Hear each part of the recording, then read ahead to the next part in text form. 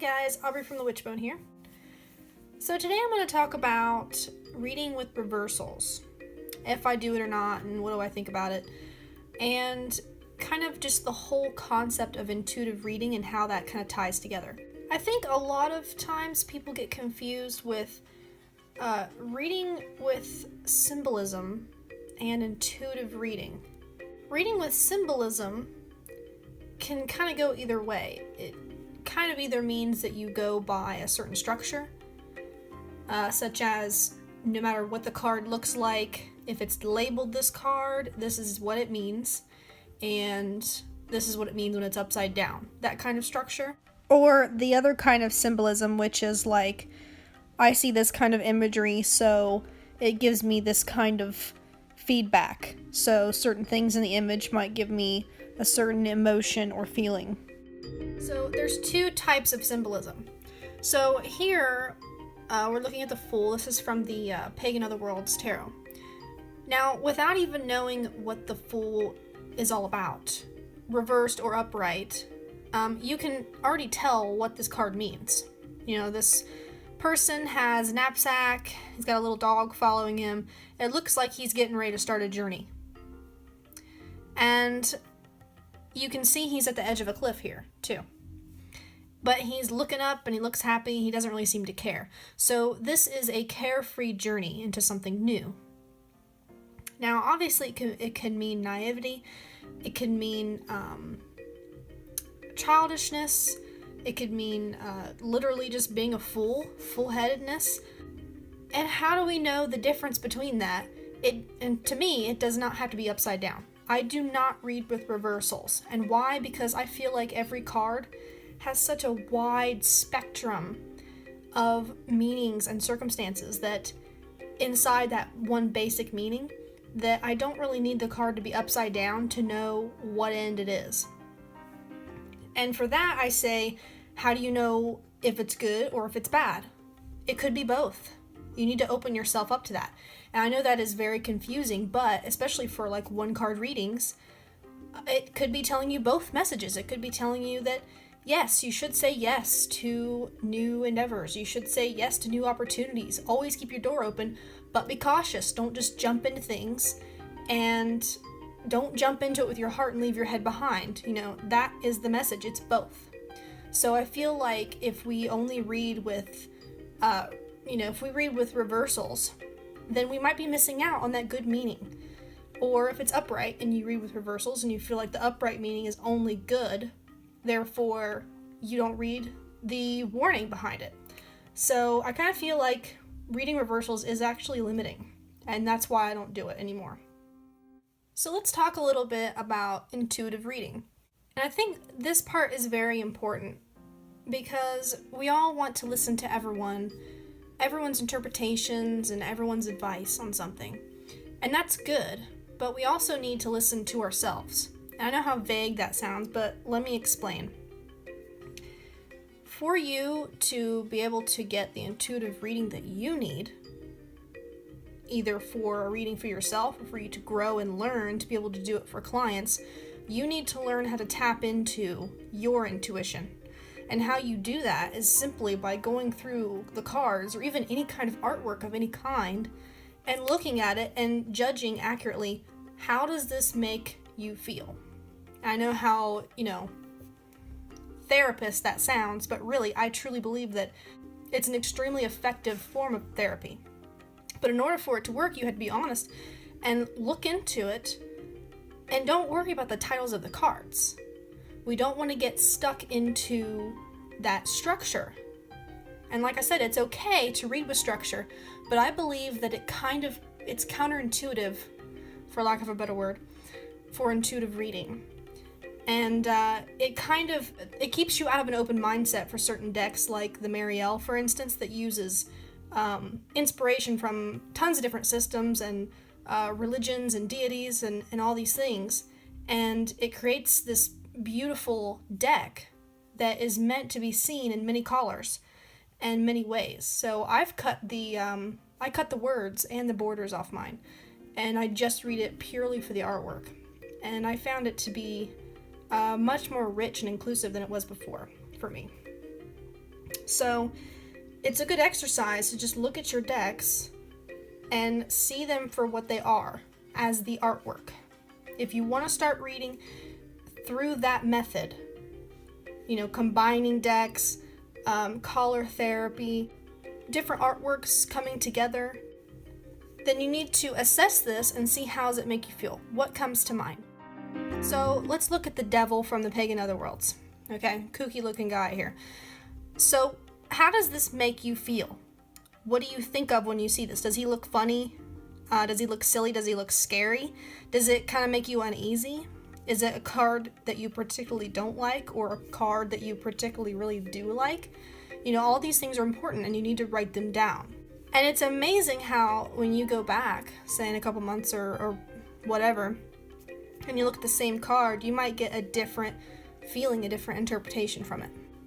So when you assess what this makes you feel, how this makes you feel, like say you think he looks silly, what does that mean for you? Does it mean that you feel like you don't have any addictions? Does that mean that you feel like you are liberated from anything that's tying you down?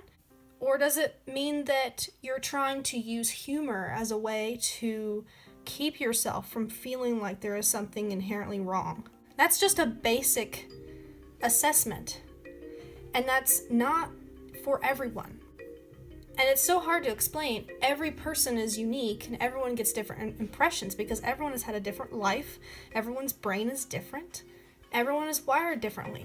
So when you look at this for yourself and you ask the question that you're going to ask tarot and you put these cards together, you'll look at this devil and you'll understand the meaning. It's the same kind of thing where maybe you'll have certain days where some of your decks aren't really appealing. Maybe the artwork is not really appealing. And, why is that? Well, that just means that you don't need the messages from that artwork at that time. Maybe you, let's say you have the Deviant Moon in a drawer somewhere and you haven't touched it for like 3 months, and then one day you're just like thinking about the Deviant Moon, you really want to get that out and check out the artwork and read with it. Well, you need to receive messages from that artwork. And I found the most profound messages and the best readings that are rich and deep when I pick decks that way. And especially with combining them as well. So let's take a look at the Margaret Peterson deck, which I have found to be the ultimate intuitive deck. I mean, this deck is so compiled with multimedia. It's so beautiful. You could look at a card forever. I mean, just one card has so many layers to it. It's so rich. We got the Ten of Flames here, and they're kind of named a little differently. She's got different words for the different suits and whatnot. And I did trim mine as well because I felt like the borders took away from the artwork, and this way I can focus better. But we got the Ten of Flames here, and Ten of Wands originally, it means responsibility, a burden. It's an ending to the fire suit, and all the tens are kind of that suit wrapped up. So this card is always meant to me like a responsibility or a burden. You have the choice. You can carry it, or you can allow it to burden you.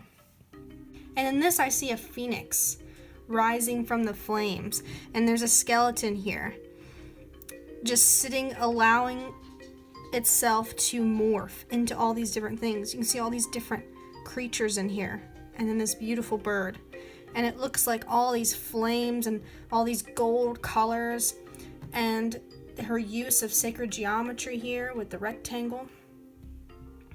It helps you tap into things, and when you look at the card and really absorb all the images that are put in there, you'll find that you'll have certain songs pop in your head. You might have a memory pop in your head from a long time ago, certain movies or certain old friends, certain foods, anything. And those are triggers for your brain. They're triggering your brain. And this is how memory is stored. And this is how you can trigger memories. And this is how you can bring your subconscious into your conscious.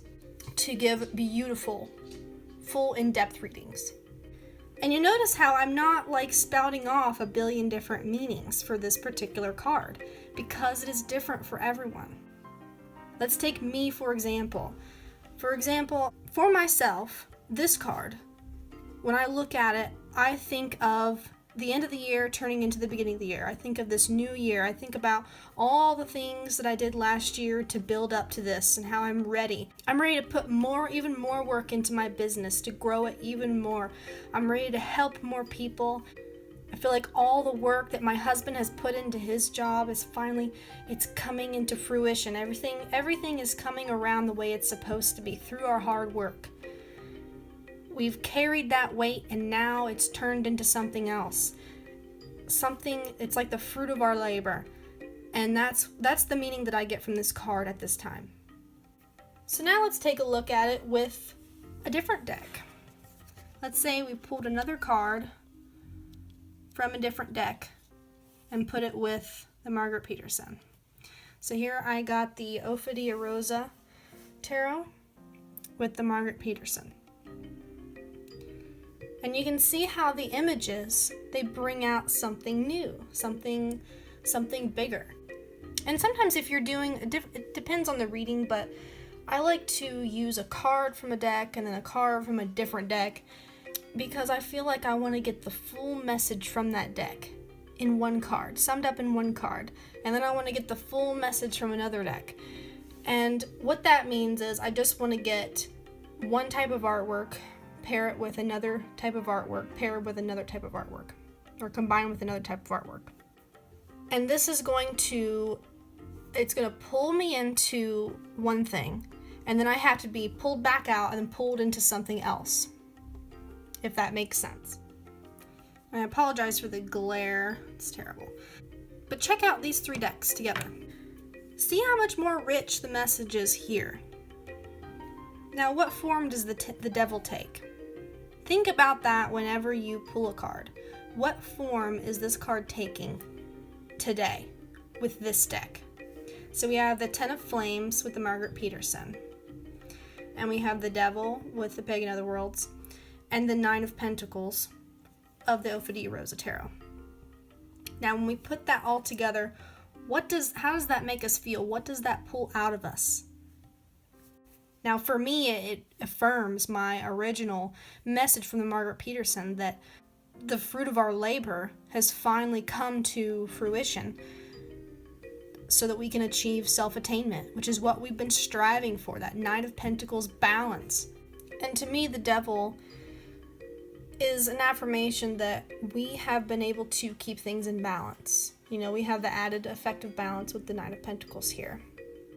We've been able to walk things in moderation. Don't spend too much. Don't splurge too much. Make sure that we put in the work. Make sure that we are still climbing the ladder, but that we're not working too hard. We're getting enough sleep. We're spending enough time with our loved ones. That is what the message is for me, this reading for me. And for you, it will be something different. Maybe not totally different, but everyone is different, and that is what's beautiful about this, because this reading method embraces how different our minds are and how different our lives are, so that we can open up and be the best person we can be to receive the messages that we need at that time. Now, as you build up your intuition and further your knowledge in intuitive reading, you'll be able to do this with clients. And now, how can you read for clients intuitively if you don't know what's going on in their head? You have to be able to tap into this through the intuitive reading practice and trust yourself. I don't know how many people I've talked to, experienced tarot readers and palmists and astrologers that I've talked to, that they all say you need to trust in yourself. Once you start to trust in yourself, you won't believe how much will open up inside you, and you will get more accurate. When I first started reading for clients professionally, I held back quite a bit, and I didn't get good feedback. Like, it was kind of like, meh, It was like your basic, horoscope that you could read in a magazine. Like, it was very vague, and I was terrified to say what came to me. When I finally started to say, okay, I am not getting good feedback, this is not enjoyable anymore, I don't feel like I'm helping anyone, I started to open up, trust myself, and read for the client the message that I received.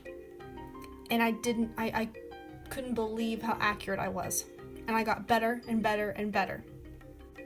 Self-trust is very important in intuitive reading tarot. When you limit yourself, you're limiting your brain, and you're not allowing yourself to tap into your subconscious. And if you can't tap into your subconscious, then you can't read for people. You can't deliver them the messages that they need. So that is my summed up intake on intuitive reading tarot. If you have any questions, please let me know in the comments. Next episode will be about the court cards, which are actually my favorite cards of the deck, and they are also the most misunderstood cards of the deck.